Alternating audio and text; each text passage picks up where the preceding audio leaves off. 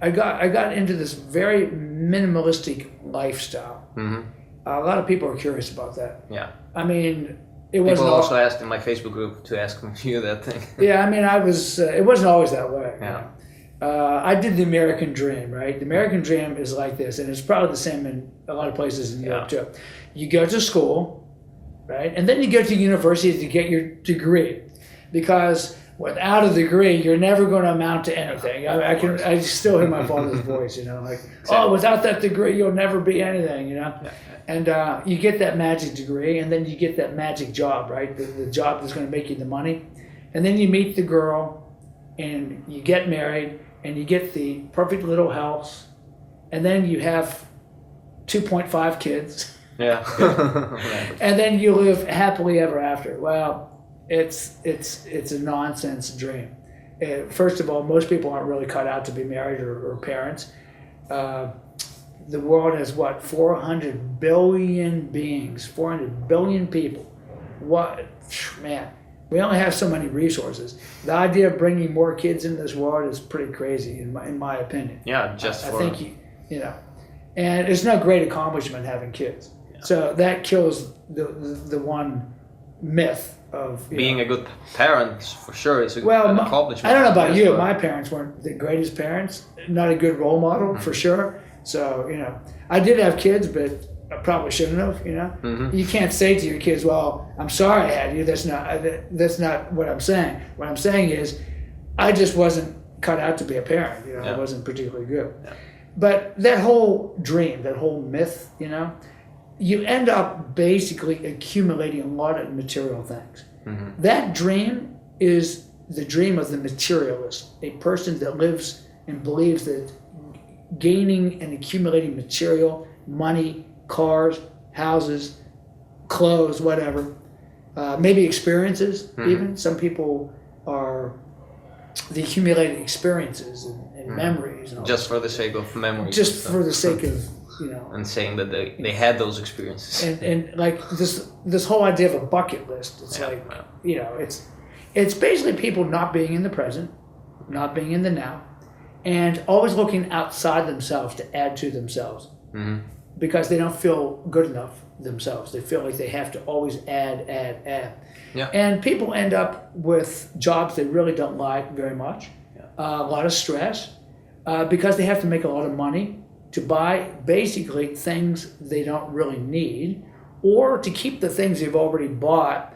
And they go through life in misery, really, truly misery. And I decided that I didn't want to be part of that whole cycle. And I found that the American dream was not real. Mm-hmm. It was nonsense. And the material world no longer interested me. Yeah. I mean, don't get me wrong, I like nice things. You see I have an iPhone, I have an iPad, I have, a couple nice outfits. But I mean, what does a man really need? Change of clothes, And I basically have one bag that I carry. But, one time I had a gym, a jiu-jitsu school, 4-story brownstone house, 2 cars, TV in every room. But I wasn't happy. Yeah. It didn't bring any kind of peace, didn't bring any kind of happiness. If anything, it was just more stress, more taxes, more worry. And once I decided just to basically just get it down to the minimum, wow, I was so much happier. I felt liberated. It should have taken a lot of guts at that age, especially. Well, I didn't go into it voluntarily. I'll be honest with you. I went through a divorce. Mm-hmm. I basically got kicked out of the house. My wife and I had been working and living together for many years. Mm-hmm. It's really hard to work with a significant other. We were running the gym, the business together. It's a lot of stress, man. And we were growing apart a bit. And so it was a bit of a trauma at first because I didn't know what to do at that point.